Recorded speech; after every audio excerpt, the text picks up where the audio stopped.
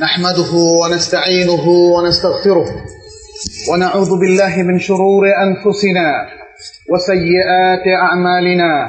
من يهده الله فلا مضل له ومن يضلل فلا هادي له، وأشهد أن لا إله إلا الله وحده لا شريك له، وأشهد أن محمدا عبده ورسوله. يا أيها الذين آمنوا اتقوا الله حق تقاته ولا تموتن إلا وأنتم مسلمون. يا أيها الناس اتقوا ربكم الذي خلقكم من نفس واحدة وخلق منها زوجها وبث منهما رجالا كثيرا ونساء، واتقوا الله الذي تساءلون به والأرحام إن الله كان عليكم رقيبا. يا أيها الذين آمنوا اتقوا الله وقولوا قولا سديدا يصلح لكم أعمالكم ويغفر لكم ذنوبكم، ومن يطع الله ورسوله فقد فاز فوزا عظيما. أما بعد، فقد قال الله سبحانه وتعالى: اليوم أكملت لكم دينكم وأتممت عليكم نعمتي ورضيت لكم الإسلام دينا. وقال نبينا محمد صلى الله عليه وسلم: من تشبه بقوم فهو منهم. فاتقوا الله معشر المسلمين، اتقوا الله في أنفسكم وفي أولادكم وفي أزواجكم وفي جميع شؤونكم، واتبعوا سنة نبيكم ولا تتشبهوا بالكفار والمشركين، فإن في ذلك سيئة وعقوبة كبيرة مخالفة لنا. فأوصيكم ونفسي بتقوى الله عز وجل في كل شيء، وباتباع سنة نبينا محمد صلى الله عليه وسلم. نسأل الله سبحانه وتعالى أن يتقبل منا صالح أعمالنا، وأن يجعلنا من عباده المتقين، ويجعلنا من عباده المخلصين المؤمنين. تقبل منا يا رب العالمين। আজকের জুমাবারের সমাবেত সম্মানিত মুসল্লি ভাই বোনেরা, যে আয়াতটি আমি শুরুতেই পেশ করেছি খুতবাতুল হাজার পর, মহান আল্লাহ তাআলা বলেছেন: আল-ইয়াওমা আকমালতু লাকুম দীনাকুম ওয়া আতমামতু আলাইকুম নি'মাতি ওয়া রাদিতু লাকুমুল ইসলাম দীনা। আজ আমি তোমাদের জন্য তোমাদের দিনকে পরিপূর্ণ করে দিলাম এবং তোমাদের উপর আমার নিয়ামতকে সম্পূর্ণ করে দিলাম, আর ইসলামকে তোমাদের জন্য দিন হিসাবে মনোনীত করে দিলাম। এই ঘোষণার মধ্য দিয়ে ইসলামের পরিপূর্ণতার ঘোষণা দেয়া হয়ে গেছে। এই আয়াত যেদিন নাযিল হয়েছিল, সেদিন এই প্রমাণটিও প্রতিষ্ঠিত হয়েছিল সমস্ত উম্মার কাছে যে ইসলামের যত দিক আছে, জীবনের যত দিক আছে, ইসলাম তার আদর্শ নিয়ে, তার বক্তব্য নিয়ে, তার দিক নির্দেশনা নিয়ে, তার পথ নির্দেশ নিয়ে সেটাকে তার পরিপূর্ণতা সাধন করে দিয়েছে। আলহামদুলিল্লাহ। যে হাদিসটি আমি বলেছি, রাসূলুল্লাহ সাল্লাল্লাহু আলাইহি ওয়াসাল্লাম তিনি বলেছেন: মান তাশাব্বাহা বিকাওমিন ফাহুয়া মিনহুম। সহিহ হাদিস। শেখ আলবানী রাওয়াল গালিলের মধ্যে কে সহিহ বলে উল্লেখ করেছেন যে ব্যক্তি কোন জাতির সাথে সে জাতির সাথে সমতুল্য হয়, অর্থাৎ জাতির অনুরূপ হয়, তার চিন্তা, চেতনা, কৃষ্টি, কালচার অথবা তার সামাজিক চর্চার দিক থেকে, তাহলে সে সেই জাতির অন্তর্ভুক্ত বলে গণ্য হয়। আজকে আমাদের মুসলিম সমাজে আমরা অনেকগুলো পর্ব এবং আনুষ্ঠানিকতা দেখছি যার সাথে ইসলামের কোনো রিলেশন নাই, ছিলও না এবং নাই।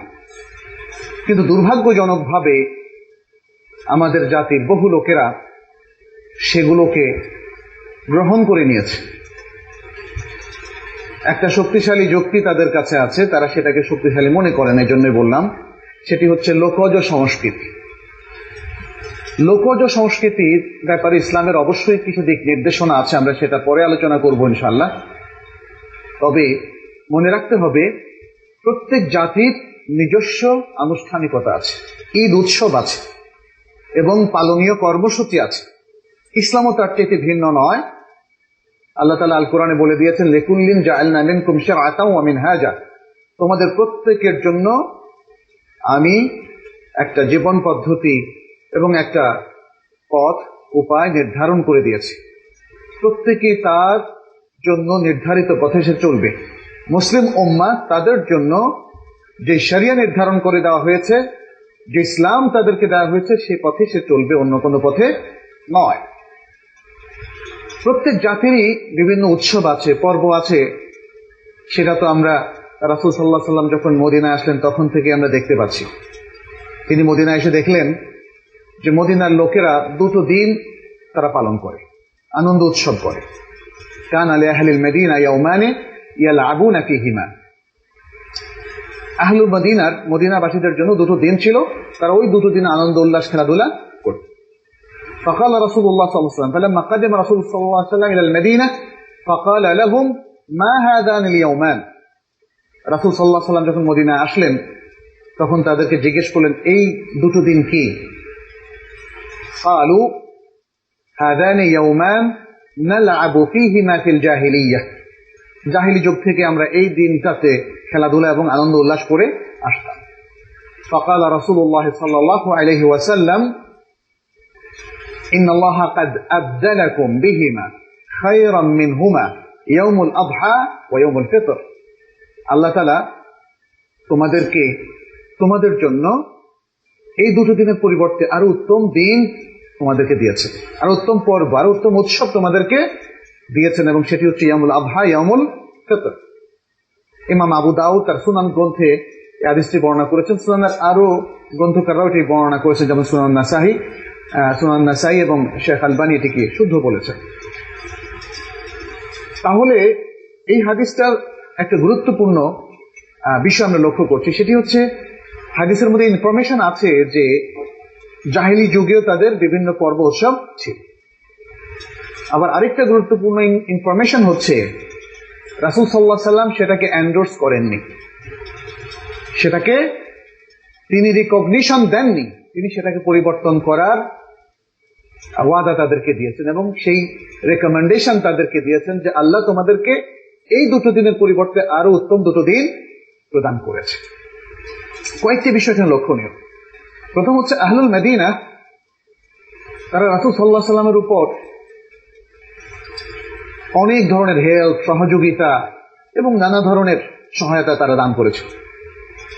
রাসূল সাল্লাল্লাহু আলাইহি ওয়াসাল্লামকে তারা আকাবা উলা, আকাবা তানিয়ার শপথের মাধ্যমে মদিনায় আসতে উদ্বুদ্ধ করেছে, এবং মদিনা আসার পরে তারা রাসূল সাল্লাল্লাহু আলাইহি ওয়াসাল্লাম এবং তার সহচর সাহাবা মুহাজিরিনদের প্রত্যেককে যে হেল্প করেছে, ইতিহাসে কিন্তু এর কোনো নজির নাই। এই আহলুল মদিনা যখন তার কাছে উল্লেখ করলেন যে তাদের কিছু লোকজ সংস্কৃতি আছে, লোকজ কিছু অনুষ্ঠান আছে, রাসূল সাল্লাল্লাহু আলাইহি ওয়াসাল্লাম স্বাভাবিকভাবে আমরা কেউ এই সিচুয়েশন থাকলে কি করতাম, আরে এরা এত হেল্প করেছে তাহলে এদেরটা আমরা করতে দেই, অনুমতি দেই। রাসূল সাল্লাল্লাহু আলাইহি ওয়াসাল্লাম তাদের অনেক কিছুকে হয়তো অনুমতি দিয়েছেন, যেমন তাদের পোশাকের কালচারকে পরিবর্তন করতে বলেননি। সেই সময় আগে থেকেই পাগড়ির প্রচলন ছিল, লম্বা জোব্বার প্রচলন ছিল। ওই এলাকার পোশাকের কালচারটা এলাকার আবহাওয়া, চালচলনের উপর নির্ভর করে তৈরি হয়েছিল। ইসলাম এসে পোশাকের কিছু মূলনীতি দিয়েছে, টাকনুর উপর পড়তে বলেছে, আরো ইত্যাদি ইত্যাদি আরো নানা মূলনীতি দিয়েছে, কিন্তু বলেনি যে তোমরা একদম এটাকে পাল্টে অন্যটা করে ফেলো। কিন্তু এই লোকজ কালচারটাকে কিন্তু রাসূল সাল্লাল্লাহু আলাইহি ওয়াসাল্লাম কোনো সমর্থন দেননি, তিনি সেটাকে পরিবর্তন করে ফেলতে বলেছিলেন, এবং পরিবর্তন সেটা ওহীর আলোকেই হয়েছে, এবং উত্তম আরো সুন্দর ঈদুল আযহা এবং ঈদুল ফিতরের মাধ্যমে সেই পরিবর্তনটা সাধন করা হয়েছে। এর কারণটা কি? বিশাল একটা কারণ আছে। সাংস্কৃতিক পরিবর্তন এটা গুরুত্বপূর্ণ একটা বিষয়। আমাদের আকীদা কিন্তু আমাদের সংস্কৃতির অংশ, আমাদের ঈমান কিন্তু আমাদের সংস্কৃতির অংশ, আমাদের সালাত, আমাদের সিয়াম, আমাদের কোরআন পাঠ, তেলাওয়াত এবং আমাদের দৈনন্দিন জীবনের যে কালচারটা সেটা আমাদের সংস্কৃতির অংশ। রাসূল সাল্লাল্লাহু আলাইহি ওয়াসাল্লাম আপনারা খেয়াল করে দেখবেন যে গুরুত্বপূর্ণ অংশে তিনি পরিবর্তন সাধন করেছেন, জাহিলিয়াতের সাথে যেন আমাদের একটা পার্থক্য সূচিত হয়, যেন জাহিলিয়াতের কোনো প্রভাব আমাদের চিন্তা চেতনায়, আমলের চর্চায় না থাকে। বাৎসরিক উৎসব খুব গুরুত্বপূর্ণ একটা বিষয়। এর মধ্য দিয়ে মানুষের ব্যক্তি মানুষ গঠিত হয়, সমাজের ব্যক্তি মানুষ গঠিত হয়। ফলে রাসূল সাল্লাল্লাহু আলাইহি ওয়াসাল্লাম এসেই শুরুতেই ঈদ অনুষ্ঠান পরিবর্তন করে মানুষকে ইবাদতের আনুষ্ঠানিক পর্বে ঢুকিয়ে দিলেন। আমাদের ঈদ অনুষ্ঠান তো ইবাদত, ঈদুনা ইবাদত, এবং সেই জন্যই আমরা ঈদের, যে কোনো ঈদের মূল পর্বই শুরু করি সালাত দিয়ে। সুবহানাল্লাহ, সন্তোষ। আজকে অনেকগুলো বিষয় আছে এখানে, যে বিভিন্ন জাতির যে অনেকগুলো উৎসব আছে, ঈদ আছে, এগুলোর উপর আলহামদুলিল্লাহ অনেক বইও লেখা হয়েছে। মুসলিম জাতির বাইরে যারা অবস্থান করছেন তাদের ঈদ অনুষ্ঠান আমাদের জন্য জায়েজ কিনা, তাদের উৎসব অনুষ্ঠান, সেটা একটা কমন প্রশ্ন অনেকের কাছেই। কিন্তু আমরা এই দলিল থেকে এবং আরো অনেক দলিল থেকে বুঝি যে অন্য জাতির কোন অনুষ্ঠান আমাদের জন্য পালনীয় হতে পারে না, সেখানে অংশগ্রহণ করা চলতে পারে না। তার কিছু দলিল আমরা কোরআন থেকে এবং হাদিস থেকে আরো দেব ইনশাআল্লাহ। তবে তার আগে মুসলিম বিশ্বে প্রবলভাবে যে একটা কৃষ্টি কালচার এখন তৈরি হতে চলেছে এবং এর মাধ্যমে তারা ইসলামী সংস্কৃতির রূপান্তর করতে চাচ্ছেন, সে বিষয়ে আজকে সবাইকে সতর্ক করা আমি প্রয়োজন মনে করছি। এই কারণে এই বিষয়ে বলা, বর্ষবরণ এটি আমাদের দেশে দিন দিন অত্যন্ত শক্তিশালী একটা কালচারে পরিণত হয়েছে। পহেলা বৈশাখ এটা একটা বিষয়, কিন্তু এর পাশাপাশি অন্য বিষয়গুলো এসে পড়ে। 31st নাইট অথবা হ্যাপি নিউ ইয়ার, যেটা ইংলিশে বা ইংরেজি বর্ষের শুরুতে হ্যাপি নিউ ইয়ার তারা পালন করে। যদিও এই মুসলিমরাই এই সোসাইটিতেও হিজরি সনেরটা পালন করে না। সম্ভবত তার কারণ হতে পারে এটা যে হিজরি সনের মধ্যে তো একটা ইসলামিক ভাবধারা আছে, ফলে ইসলামিক ভাবধারাকে নববর্ষ বরণ বা এই ধরনের যে অমুসলিম কৃষ্টি কালচার, সেটা দিয়ে তারা মিক্স আপ করতে চান না। এই জন্য আমার জানা মতে শুধু বাংলাদেশে না, অন্য কোনো মুসলিম রাষ্ট্রেও পহেলা মুহররম পালন হয় আমি দেখিনি, আমি শুনিনি। এটা ভালো দিক। কিন্তু মুসলিম সমাজে কি করে বর্ষবরণ, পহেলা বৈশাখ অথবা ইংরেজি নববর্ষের প্রথম দিন পালনের কালচারটা গড়ে উঠছে, এর পেছনে আমাদেরকে কিন্তু ইতিহাস পর্যালোচনা করে আমাদের কিছু শিক্ষা নেওয়া প্রয়োজন। আজকে 17 এপ্রিল, 14 এপ্রিল ছিল পহেলা বৈশাখ। জাতি প্রত্যক্ষ করেছে যে প্রতি বছর সাংস্কৃতিক রূপান্তর কিভাবে বেড়ে চলেছে আমাদের মধ্যে। বৈশাখের এই ইতিহাসটাকে অনেকে ইসলামিক রূপ দেওয়ার চেষ্টা করেন এভাবে যে সম্রাট আকবর এটি প্রচলন করেছিলেন যে বছর ছিল 963 হিজরি সাল, 963 হিজরি সাল। সে বছরের মুহররম মাস, বাইদাবাই সে মাসটা ছিল বৈশাখ। এর আগে শকাব্দ বা এরকম একটা বর্ষ এখানে সৌরপঞ্জি এখানে প্রচলন ছিল, সেটা শুরু হতো চৈত্র মাস দিয়ে।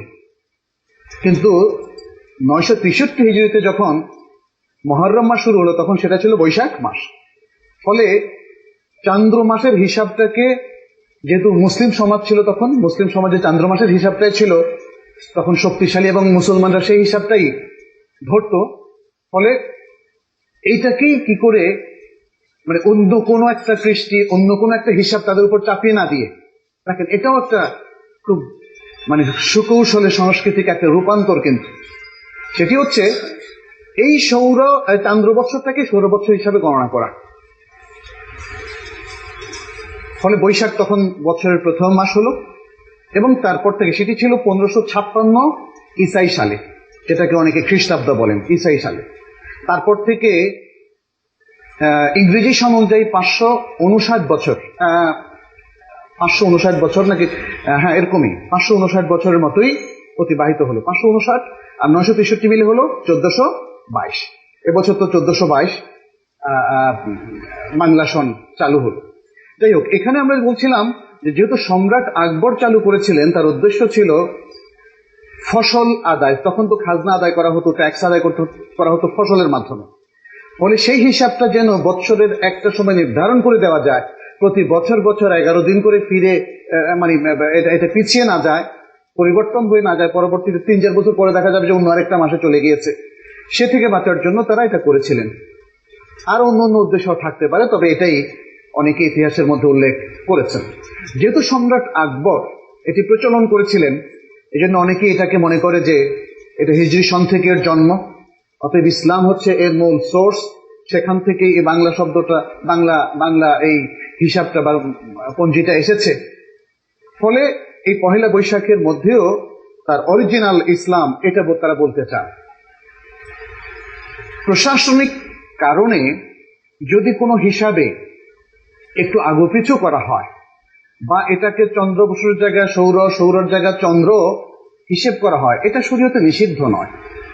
এটা শরীয়তে নিষিদ্ধ নয়। শরীয়ত ওই পর্যায়ে নয় যে কেউ যদি কোনো কারণে হিজরি হিসাবটা রাখার পাশাপাশি বাংলা অথবা ইংরেজি হিসাবটা রাখেন সেটা তার জন্য পাপ হবে, এটা কোনো দলিল নেই। কিন্তু একটা জিনিস মনে রাখতে হবে যে আমাদের রাসূল সাল্লাল্লাহু আলাইহি ওয়াসাল্লাম কিন্তু হাদিসে বারবার বলেছেন তিনি চন্দ্র মাস হিসাবে হিসাব করতেন। আশ-শাহরু হাকাদা হাকাদা হাকাদা বলে আবার আরেকবার বলছেন হাকাদা, 30 বা 29 দিন। তাহলে পৃথিবীর শ্রেষ্ঠ মানুষ জাহিলি সমাজকে শ্রেষ্ঠ সমাজে রূপান্তরিত করলেন, সেই সমাজের মানুষকে পৃথিবীর শ্রেষ্ঠ প্রজন্ম রূপান্তর করলেন। সেই সমাজ যদি এই হিসাব অনুযায়ী চলতে পারে, তাহলে সম্রাট আকবর কেন পারতেন না? একটা প্রশ্ন তো আসেই, কেন এটা জরুরি হবে যে এই হিজরি সনটাকে সৌর সনে পরিণত করা? আর এই আকবর তো সেই ব্যক্তি যিনি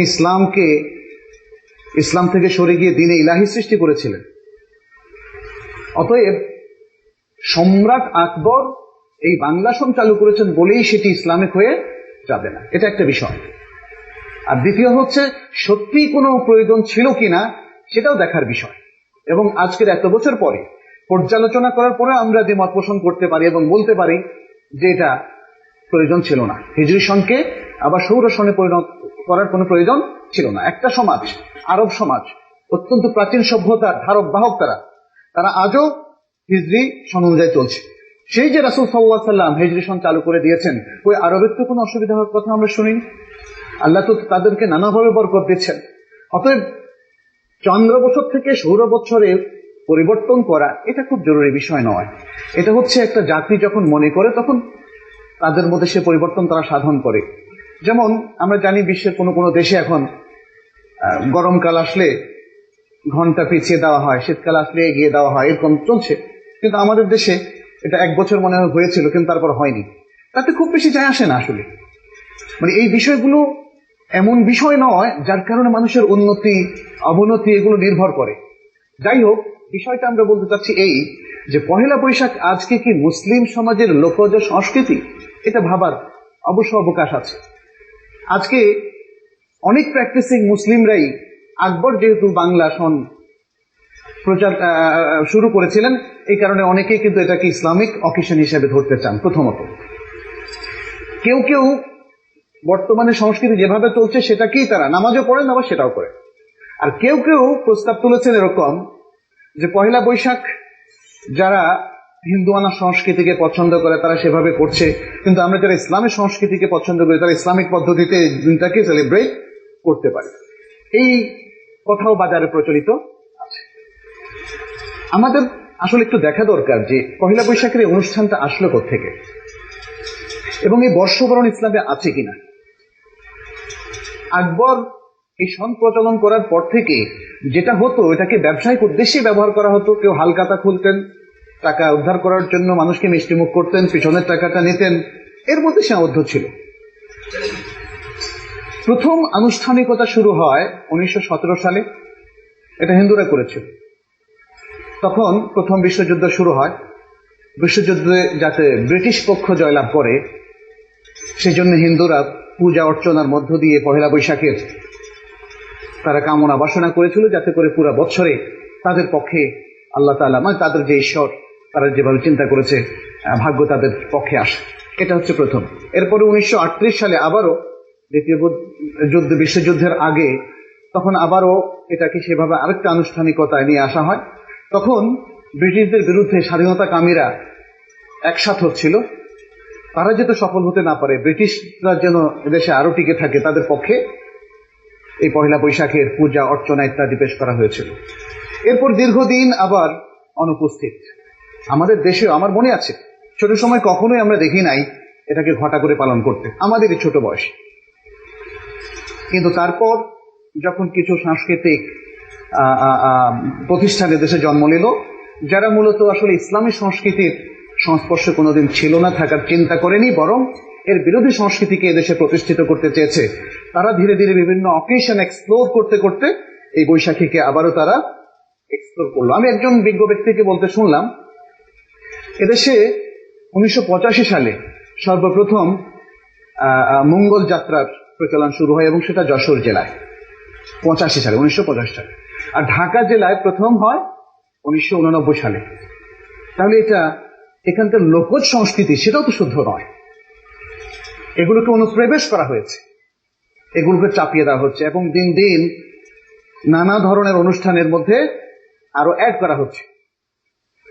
আজকে চারুকলা ইনস্টিটিউটের মাধ্যমে কিংবা আরো বিভিন্ন কনসার্ট বিভিন্ন জেলায়, এবার আমরা যেটা লক্ষ্য করলাম সংবাদপত্রে, সব জেলায় একযোগে অনুষ্ঠান তারা করছে। মঙ্গল যাত্রাও এবার, আগে হতো শুধু ঢাকায়, এখন মঙ্গল যাত্রাও সবগুলোতে শুরু করেছে। পহেলা বৈশাখের এই রূপটা কখনোই আমাদের জাতি দেখেনি। অতএব এই অনুষ্ঠানকে ইসলামিক বলার কোনো সুযোগ নেই, বরং পহেলা বৈশাখ সহ আরো অন্যান্য বেশ কিছু আনুষ্ঠানিক পর্বের মাধ্যমে আমাদের মুসলিম জাতিসত্তাকে বিচ্যুত করার একটা চিন্তা চলছে এবং লোকজ সংস্কৃতিকে গ্রহণ করার মাধ্যমে আসলে মূলত আমরা যেহেতু আমাদের যে তৌহিদি আকীদা তা থেকে সরে আসি। মঙ্গল যাত্রা তো কমপ্লিট শিরক নির্ভর, পুরো চিন্তা চেতনাই এখানে শিরক দিয়ে গড়া, পুরো আয়োজনটাই এখানে শিরকের। বিভিন্ন পশু পাখি, ভয়ঙ্কর পশু পাখির সব মুখোশ পরা হয়, তাদের অমঙ্গল থেকে যাতে যাতে রক্ষা পায় সেই জন্য তাদেরকে এইভাবে তাদের অনেকটা পূজা করার মতো, তাদেরকে সম্মান দেখানোর মতো, যে খারাপ শক্তিগুলোকে সম্মান করে পূজা করে তাদের খারাপি থেকে নিজেদের মুক্তি লাভ করা। এটা তো এমনি অযৌক্তিক, এগুলো হিন্দুয়ানা সংস্কৃতি, হিন্দুয়ানা সংস্কৃতির অনেক বিশ্বাস এমনি অযৌক্তিক, আর তাওহীদের সাথে এগুলো সরাসরি সাংঘর্ষিক। খেয়াল রাখতে হবে আজকে আমাদের, যে আপনি যদি মনে করেন যে ঠিক আছে খারাপ কিছুই করলাম না, শুধু পান্তা ইলিশটাই খাই,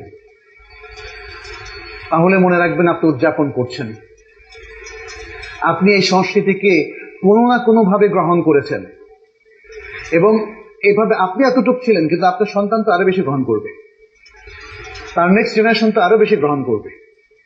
এটা একটা সাইকোলজিক্যাল একটা অর্ডার, এটা আপনি অন্যভাবে চাইলেও হবে না, এটাই হবে। জাতির মধ্যে যখন কোন সংস্কৃতি খুব ছোট্ট আকারে প্রবেশ করে এবং জাতি যদি রিয়্যাক্ট না করে, সেটাকে রিজেক্ট না করে, তাহলে সেই সংস্কৃতি একদিন না একদিন জাতির উপর কমপ্লিটলি সাওয়ার হবে, এটা ইতিহাস সাক্ষী। এরপরে বৈশাখীর উপর লিখছেন এরকম একজনকে আমি দেখলাম, তিনি বলছেন যে এটা নাইরোজ। আপনারা জানেন যে রাসূল সাল্লাল্লাহু আলাইহি ওয়াসাল্লাম মদিনায় এসে যে দুটো সংস্কৃতি ঈদ উৎসব দেখেছিলেন, একটা হচ্ছে ঈদ উল নাইরোজ আর একটা হচ্ছে ঈদ উল মাহরাজান। ঈদ উল নাইরোজ আর ঈদ উল মাহরাজান এই দুটোই হচ্ছে মাজুসীদের, অগ্নি উপাসকদের, তথা পারস্যের যে অগ্নি উপাসক ছিল তাদের। এই নাইরোজের অনেক চিন্তা চেতনার সাথে পহেলা বৈশাখের আজকে যেভাবে উদযাপন করা হচ্ছে তার মেলে। অতএব এটা যদি আমরা পারস্যের অগ্নি পূজক বলি অথবা হিন্দুয়ানা সংস্কৃতি বলি, তার সাথে এটার একটা মিল, এবং এভাবে আরো যত পাপাচার আছে তার সাথে সেটা আমরা দেখতে পাচ্ছি অ্যাড হচ্ছে। কনসার্ট, গান, নাটক এবং ইসলামকে উপহাস করা, নারী পুরুষের অবাধ মেলামেশা, এবং আরো যেগুলো ঘটছে সেটা তো হয়তো আমাদের মুখে আনা যাবে না। বর্ষবরণ, বস্ত্রহরণ, এভাবে আমরা পত্রিকায় দেখতে পাচ্ছি, যেটা একটা জাতীয় লজ্জার ব্যাপার।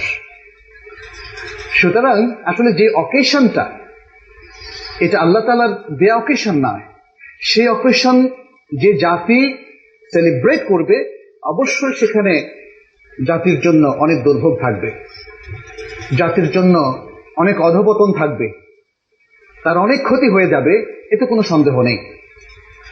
লোক সংস্কৃতির ক্ষেত্রে ইসলামের বিধানটা কি? আরবিতে একটা কায়দা আম্মা আছে, সেটি হচ্ছে আল আয়াদাতু মুহাক্কামা। আল আয়াদাতু মুহাক্কামা, আদা বলতে লোকজ প্রথাকেই বোঝানো হচ্ছে। এই লোকজ প্রথা এটা গ্রহণ করতে কোনো অসুবিধা নাই কিছু শর্তের আলোকে, কোরআন এবং সুন্নাহ ভিত্তিক কিছু শর্তের আলোকে। তো সেখান থেকে মানে সাধারণত যেই আদাগুলো কোরআন এবং সুন্নাহ সমর্থন করেছে অথবা তার বিরুদ্ধে কিছু বলেনি স্পষ্টভাবে, তার বিরুদ্ধে অবস্থান গ্রহণ করেনি, তাহলে এই ধরনের সকল লোকজ সংস্কৃতি, সেটা পোশাক হোক বা অন্য যে কোনো কথাবার্তা হোক, সেটা গ্রহণ করতে কোনো অসুবিধা নাই। কিন্তু যেগুলো ইসলামের কোনো আকীদার সাথে সাংঘর্ষিক, ইসলামের কোনো নির্দেশের সাথে সাংঘর্ষিক এবং ইসলামের যে হক তার সাথে সাংঘর্ষিক, সেগুলোকে গ্রহণ করার কোনো সুযোগ। প্রথাকে গ্রহণ করার ব্যাপারে ইসলাম বহু দলিল আছে। যেমন বেচা কেনা, এটা ইসলামের আগ থেকেই প্রচলন হয়ে আছে, আজও আছে। বেচা কেনার মধ্যে ইসলামের নিয়ম হচ্ছে একজন বলবে আমি বিক্রি করলাম, আরেকজন বলবে আমি কিনলাম। কিন্তু যদি মুখে না বলে একজন দিয়ে দিল, মাল দিয়ে দিল, আরেকজন টাকা দিয়ে দিল এবং তিনি গ্রহণ করলেন, তাহলে কি বেচা কেনা হবে না? বেচা কেনা হবে। এটাকে বলা হয় ওরফ, এটাকে বলা হয়। স্বামী স্ত্রীর বিবাহের ক্ষেত্রে অনেকগুলো ওরফ আছে, যেমন তাদের মোহরানা নির্ধারণের বিষয়, আর অন্যান্য বিষয়। তালাকের ক্ষেত্রে কিছু ওরফ আছে, বিবাহ বিচ্ছেদের ক্ষেত্রে কিছু ওরফ আছে। আর কোরআনে আল্লাহ তাআলা বলেছেন ওয়া'মুর বিল উরফ। এটাকে, এই যে ওরফটাকে বলা হয়েছে, এটাকে অনুবাদ করা হয়েছে ন্যায়সঙ্গত বিধান। অতএব ইসলাম যেখানেই ন্যায়সঙ্গত বিধান আছে সেটাকে সমর্থন দিয়েছে, সেটা যদি লোকজ কালচারও হয়ে থাকে। কিন্তু যদি সেই কালচারটা হয় জাহিলিয়াত নির্ভর, জাহিলি চিন্তা চেতনা আকীদা নির্ভর এবং তাদের চর্চা নির্ভর, তাহলে ইসলাম সেখানে নিষেধ করে দিয়েছে। এই জন্যই ওয়া'মুর বিল উরফে কথা বলার পাশাপাশি আবার বলেছে, রাসূল সাল্লাল্লাহু আলাইহি ওয়াসাল্লাম বলেছেন কি, মান তাশাব্বাহা বিকওমিন ফাহুয়া মিনহুম। সূরা ফাতিহার শুরুতেই আমাদেরকে শিখিয়ে দেওয়া হয়েছে ইহদিনাস সিরাতাল মুস্তাকিম সিরাতাল লাযিনা আন'আমতা আলাইহিম গায়রিল মাগদুবি আলাইহিম ওয়ালাদ-দাল্লিন। আমাদেরকে সহজ সরল পথ দেখাও, সেই সব লোকদের পথ যাদের উপর তুমি নিয়ামত দিয়েছ, মিনান নাবিয়্যিন ওয়াস সিদ্দীকিন ওয়াশ শুহাদা ওয়াস সালিহিন। নবী, সিদ্দীক, শুহাদা এবং যারা পূর্ণ মুসলিম ছিলেন, মুমিন ছিলেন, তাদের পথে আমাদেরকে চালাও, আমাদেরকে পথ প্রদর্শন করো। সিরাতাল লাযিনা আন'আমতা আলাইহিম গায়রিল মাগদুবি আলাইহিম, সেই সব লোকদের পথে নয় যাদের উপর তোমার গজব নাজিল হয়েছে, ওয়ালাদ-দাল্লিন, এবং তাদের পথেও নয় যারা পথভ্রষ্ট হয়েছে। তাহলে পথভ্রষ্টদের পথ, এখানে আমরা জানি ইহুদি নাসারা, এদের কথাই বোঝানো হচ্ছে। তাহলে তাদের সংস্কৃতি আমাদের জন্য নয়। আমাদের এই দোয়ার মধ্যে আমরা বলছি তাদের কোনো দেখানো পথে আমরা চলবো না, এবং যাতে না চলে আল্লাহর কাছে আমরা সেই শক্তি কামনা করছি, সেই হিদায়াত কামনা করছি। সূরা আল ইমরানের মধ্যে আল্লাহ তাআলা বলেছেন ওয়ালা তাকুনু কাল্লাযিনা তাফাররাকু ওয়াখতালাফু মিন বা'দি মা জাআহুমুল বায়িনাত ওয়া উলাইকা লাহুম আযাবুন আযীম। ওয়ালা তাকুন, তোমরা হয়ো না, কাল্লাযিনা তাফাররাকু, ওদের মতো যারা বিচ্ছিন্ন হয়েছে। ওয়ালা তাকুনু কাল্লাযিনা তাফাররাকু ওয়াখতালাফু, এবং তারা মতভেদে লিপ্ত হয়েছে। মিন বা'দি মা জাআহুমুল বায়িনাত, তাদের কাছে শক্তিশালী দলিল এসে যাওয়ার পরেও তারা মতভেদে লিপ্ত হয়েছে এবং তারা বিচ্ছিন্ন হয়ে গিয়েছে। তাদের মতো তোমরা। আল্লাহ তাআলা সূরা আল বাকরার মধ্যে বলেছেন ওয়ালান তারদা আনকাল ইয়াহুদু ওয়ালান নাসারা হাত্তা তাত্তাবি'a মিল্লাতাহুম। ইহুদিরা এবং নাসারারা কখনোই তোমার প্রতি সন্তুষ্ট হবে না যতক্ষণ না তুমি তাদের মিল্লাতে, তাদের ধর্মের অনুসরণ করো। কুল ইন্না হুদাল্লাহি হুয়াল হুদা, বলে দাও যে আল্লাহর হেদায়েত এটাই হচ্ছে মূল হেদায়েত। আল্লাহর দেওয়া যে ইনস্ট্রাকশন, যে গাইডেন্স, এটাই হচ্ছে মূল হেদায়েত, মূল পথ নির্দেশ। ওয়ালা তাত্তাবিউহুম, এবং তোমরা তাদের অনুসরণ করো না তোমাদের কাছে হেদায়েত এবং ইলম এসে যাওয়ার পরেও। আল্লাহ তাআলা এভাবে তাদেরকে বলেছেন। আল কোরআনের মধ্যে বিভিন্ন জায়গায় আমরা দেখি এভাবে যারা বিপর্যয় সৃষ্টি করে, যারা ভুল পথে চলে, যারা ইসলাম ছাড়া ভিন্ন পথে চলে, ভিন্ন ধর্ম অনুসরণ করে, তাদেরকে পরিত্যাগ করতে বলা হয়েছে, তাদের আদর্শকে পরিত্যাগ করতে বলা হয়েছে, তাদের স্পেশাল যে কাস্টমস আছে, যে আনুষ্ঠানিকতা আছে, সেগুলোকে পরিবর্তন করতে বলা হয়েছে। وقال موسى لأخيه هارون اخلفني في قومي وأصلح ولا تتبع سبيل المفسدين। সূরা আল-আরাফের মধ্যে আল্লাহ তাআলা বলছেন, মুসা তার ভাই হারুনকে বললেন, উখলুফনি ফি কওমি, আমার জাতির মধ্যে তুমি আমার পরে তুমি স্থলাভিষিক্ত থাকো। কারণ তিনি তো তখন আল্লাহর নির্দেশে ওহী নেওয়ার জন্য যাচ্ছিলেন, আর বলছিলেন ওয়া আসলিহ, এবং সংশোধন করো, ভালো কাজ করো, সমাজ সংস্কারমূলক কাজ করো, অন্য কোন রকম কাজ করো না। ওয়ালা তাত্তাবি'উ সাবিলাল মুফসিদিন, যারা ফাসাদ সৃষ্টি করে, যারা সমাজের মধ্যে ফাসাদ তৈরি করে, বিপর্যয় সৃষ্টি করে, বিভ্রান্তি বিচ্যুতি তৈরি করে, তাদের অনুসরণ করো না। এই যে নির্দেশগুলো, এই নির্দেশগুলো কিন্তু আমাদের সকলের জন্য, মুসলিম উম্মার প্রত্যেক ব্যক্তির জন্য প্রযোজ্য।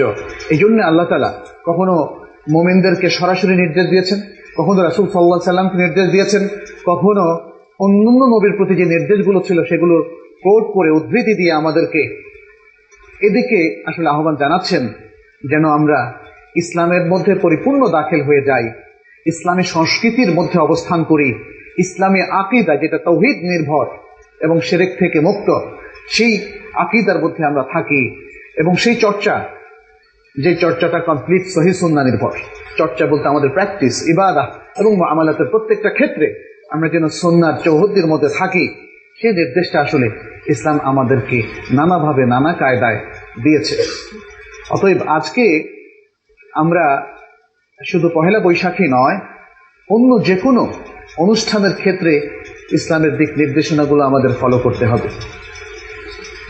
অমুসলিম কোনো উৎসবে কিংবা তাদের ধর্মীয় কোনো আনুষ্ঠানিকতায় কোনো মুসলিমের জন্য অংশগ্রহণ এর পারমিশন নেই, এটা জায়েজ নেই। ইসলামে বর্ষবরণ বলতে কোনো কিছু নেই, কারণ ইসলাম বলে দিয়েছে কোন দিনগুলো সবচেয়ে উত্তম, কোন রাতগুলো সবচেয়ে, সেগুলো কিন্তু স্পষ্ট করে দেওয়া হয়েছে, এবং সেটা কখনোই বছরের প্রথম দিন এটা আসেনি। সবচেয়ে উত্তম রাত কোনগুলো? রমাদানের শেষ 10 রাত। এবং সবচেয়ে উত্তম দিনগুলো কোনগুলো? জিলহজ মাসের প্রথম 10 দিন। আর এছাড়াও আরো বেশ কিছু দিন আছে, যেমন আশুরার দিন, যেমন প্রত্যেক সপ্তাহের মধ্যে জুমার দিন, এটাকে তৃতীয় ঈদ হিসাবে উল্লেখ করা হয়েছে হাদিসের আলোকে।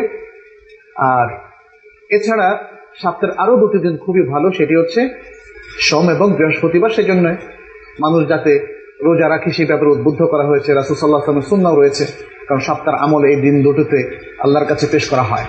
এছাড়া আসলে বছরের প্রথম দিনের কোনো সিগনিফিক্যান্স, তাৎপর্য ইসলামে নাই।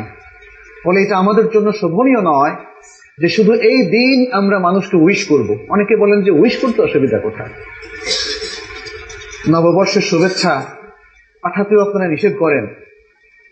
মানে এখানের এই যে কালচারটা, এই কালচারটার আরো একটা খারাপ দিক হচ্ছে এই যে এই ধরনের কালচারগুলো সৃষ্টি করে যখন একজন প্রকৃত মুসলিম তিনি রিয়্যাক্ট করবেন, তখন দেখাই দেওয়া হবে, দেখেন এনারা সবসময় আগেও প্রতিক্রিয়াশীল ছিলেন, এখনো প্রতিক্রিয়াশীল, এনারা কোনো কিছুই, জাতির কোনো ঐতিহ্যই তারা স্বীকার করেন না। এভাবে ব্লেম দেওয়ার একটা সুযোগ তৈরি করা হচ্ছে। কিন্তু আসলে ব্যাপারটা কি, এই যে ঐতিহ্যগুলো, এগুলো তো কোনো দিনই এই এলাকার, এই জাতির ঐতিহ্য ছিল না। এবং বিশেষ করে মুসলিম ঐতিহ্যের বিষয়টা আমাদেরকে সবসময় মনে রাখতে হবে। আমরা যখন আল্লাহর প্রতি ঈমান এনেছি, মনে রাখতে হবে সবচেয়ে সিরিয়াস এবং গুরুত্বপূর্ণ বিষয় হয়ে গিয়েছে আমাদের ঈমান এবং ইসলাম। আমাদের সবচেয়ে মূল্যবান সম্পদ হচ্ছে আমাদের ঈমান এবং ইসলাম। কারণ ঈমান এবং ইসলামটা সঠিকভাবে প্রোটেক্ট করা, সংরক্ষণ করার মধ্য দিয়েই আমরা আসলে আল্লাহর কাছে নাজাত পাওয়ার আশা করতে পারি। আপনি এই পৃথিবীর কোন দেশের সিটিজেন, এটা কিন্তু আপনার ঈমানের মধ্যে কোনো রেটিং দেবে না, দেবে? আমাদের এই দেশের লোকেরা সাধারণভাবে দরিদ্র, ধনী দেশগুলো সিটিজেন হতে পারলে তারা গৌরব বোধ করে। কিন্তু এটা তো শুধু একটা জাগতিকই বিষয়। আল্লাহর কাছে আপনি যদি ইউরোপিয়ান সিটিজেনশিপ পান, কোনো রেটিং হবে আপনার জন্য? আমেরিকান সিটিজেনশিপ, ইভেন মধ্যপ্রাচ্যেরও। অতএব আপনি বাঙালি, আপনি বাংলাদেশি, এর জন্য আপনার আখিরাতে কোনো রেটিং থাকবে না। তবে আল্লাহ তাআলা প্রত্যেককেই তার নিজ নিজ এলাকা, যেখানে যার জন্য আল্লাহ তাআলা নির্বাচন করেছেন সেখানে তাকে পাঠিয়ে থাকেন। তার কিছু দায়িত্ব তার এলাকাবাসীর প্রতি থাকে, তার তার হোমল্যান্ডের প্রতি থাকে, সেটা তো ভিন্ন বিষয়। কিন্তু এই এলাকায় জন্মগ্রহণ করার কারণে, এই ভৌগোলিক সীমারেখার মধ্যে জন্মগ্রহণ করার কারণে, এই দেশের নাগরিক হওয়ার কারণে আপনার জন্য স্পেশাল কোনো রেটিং হবে না।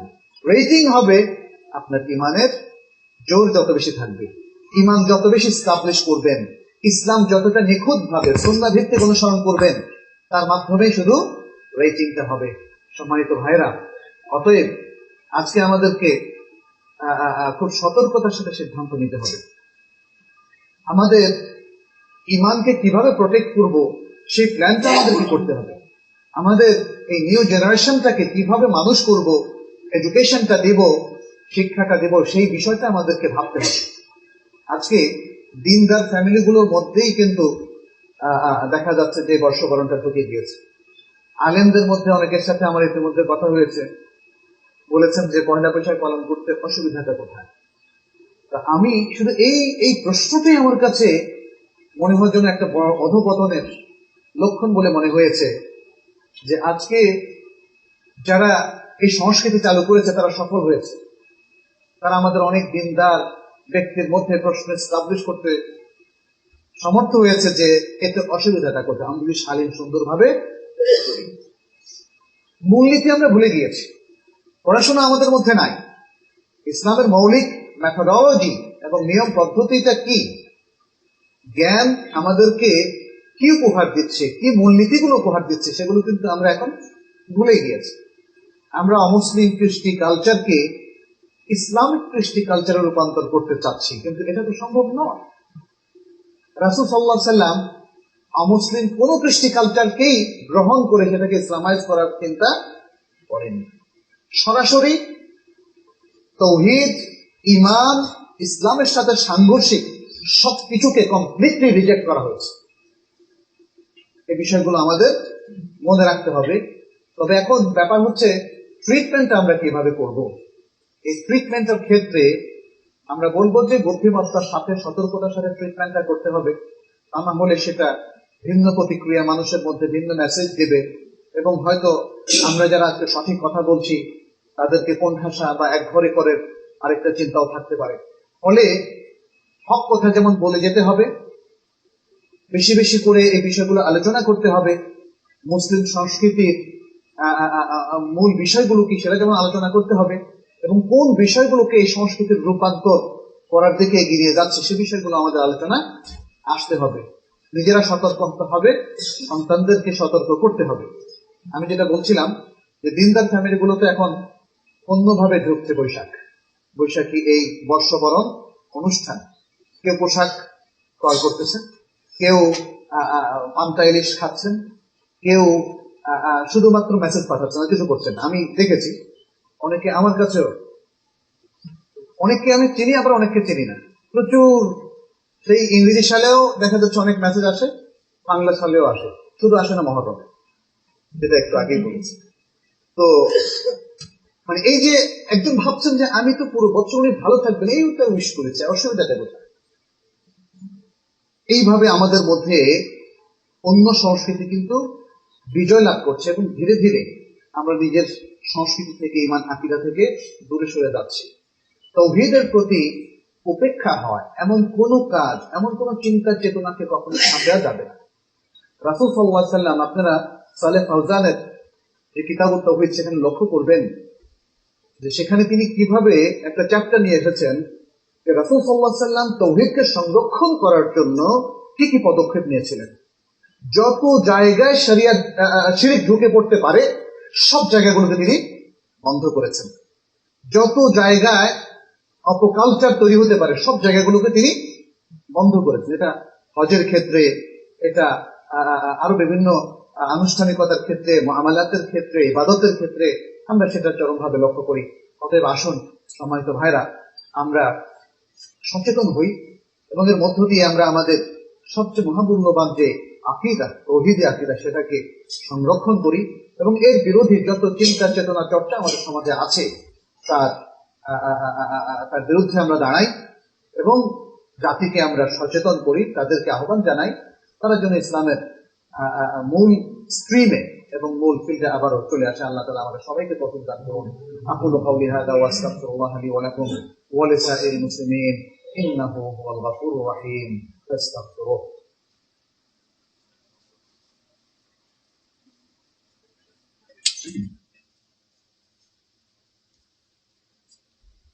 আলহামদুলিল্লাহ রাব্বিল আলামিন ওয়াল আকিবাতু লিল মুত্তাকিন وأصلي وأسلم على نبينا محمد وعلى آله وأصحابه أجمعين.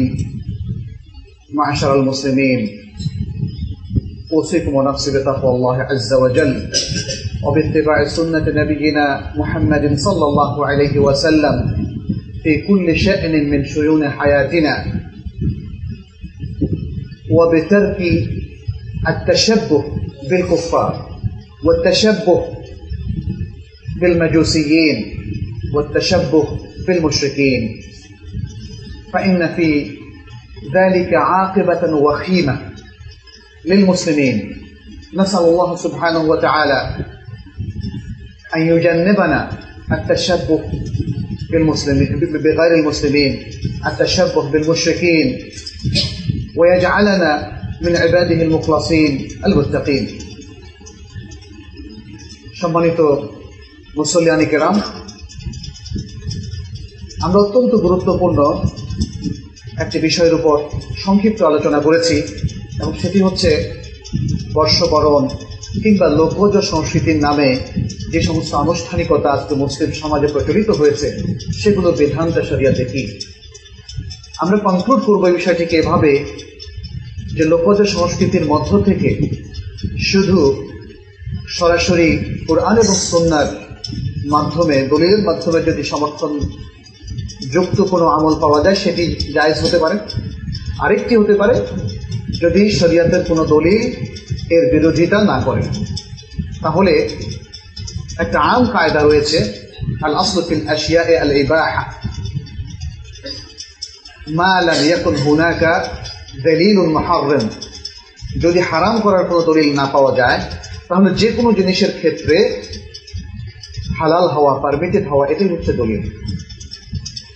ইসলাম সুস্পষ্ট করে দিয়েছে যত অপসংস্কৃতি আছে, হারাম কাজগুলো আছে, সেগুলো দলিল ভিত্তিক ইসলাম সর্টিং করে দিয়েছে, নির্দিষ্ট করে দিয়েছে। অতএব এর বাইরে অন্যগুলো হালাল। তবে মনে রাখতে হবে হালাল হওয়ার এই কমন দলিলটাকে ব্যবহার করে আসলে যেগুলো ইসলামের মূল নীতির সাথে সাংঘর্ষিক সেগুলোকে ঢোকানোর কোনো সুযোগ আসলে নেই। এ ব্যাপারে সতর্কতার প্রয়োজন আছে, এ ব্যাপারে যথেষ্ট সতর্কতার প্রয়োজন আছে। লোকজ সংস্কৃতির ক্ষেত্রে অনেক সময় আমরা মনে করি যে এতে কোনো অসুবিধা নেই, কিন্তু আসলে অসুবিধা আছে। ফলে খুবই সতর্কতা যদি আমরা অবলম্বন না করি তাহলে দেখা যাবে আমাদের মধ্যে ইসলাম বিরোধী অনেক চিন্তা চেতনা চর্চা অনুশীলনী অনুষ্ঠান ঢুকে পড়বে। আল্লাহর কাছে আমরা দোয়া করি তিনি যেন তা থেকে আমাদেরকে রক্ষা করেন, তিনি যেন আমাদের মধ্যে ঈমানী চেতনা এতটা ভালোভাবে প্রতিষ্ঠিত করেন যাতে সেই চেতনা দিয়ে ইসলাম বিরোধী যা কিছু আছে সব কিছুকে আমরা নির্ধারণ করতে পারি, আমরা চিহ্নিত করতে পারি এবং তা থেকে নিজেকে, নিজেদের পরিবার পরিজনকে এবং জাতিকে আমরা রক্ষা করতে পারি। আল্লাহর কাছে আমরা সে দোয়া করছি। আর আরেকটি বিষয় আপনাদের প্রতি আমাদের আহ্বান থাকবে, সেটি হচ্ছে আলহামদুলিল্লাহ মহান আল্লাহ তাআলার নেয়ামতে এবং বরকতে এই মসজিদের ভিত্তি প্রস্তর স্থাপন হয়েছে, যেটা মূল ভিত্তি হতে যাচ্ছে ইনশাআল্লাহ। এর যে ফাউন্ডেশন সেটা ইতিমধ্যেই উদ্বোধন করা হয়েছে। আমরা আল্লাহর কাছে দোয়া করি আল্লাহ যেন এই প্রতিষ্ঠানকে কবুল করেন। আমরা আল্লাহর কাছে আরো দোয়া করি তিনি যেন একে একটা তার ইবাদতের মার্কাজ হিসাবে কবুল করেন এবং ইবাদতের মানারা হিসাবে কবুল করেন, যা থেকে এই শুধু ঢাকাবাসী নয় বরং পুরো দেশের প্রত্যন্ত অঞ্চলের সকলেই দিন, জ্ঞান, হক, হিদায়াতের আলো এখান থেকে পেতে পারে।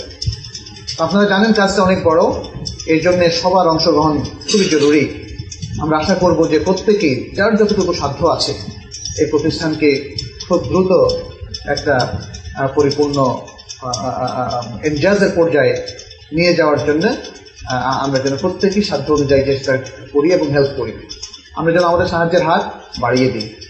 আর আপনারা তো সে হাদিসটা জানেন, সহিহ মুসলিমের, যেখানে রাসূলুল্লাহ সাল্লাল্লাহু আলাইহি ওয়াসাল্লাম বলেছেন, মান বানা লিল্লাহি বাইতান বানাল্লাহু লাহু বাইতান ফিল জান্নাহ। যে ব্যক্তি আল্লাহর জন্য কোনো ঘর তৈরি করেন, আল্লাহ তাআলা তার জন্য জান্নাতে প্রাসাদ তৈরি করেন।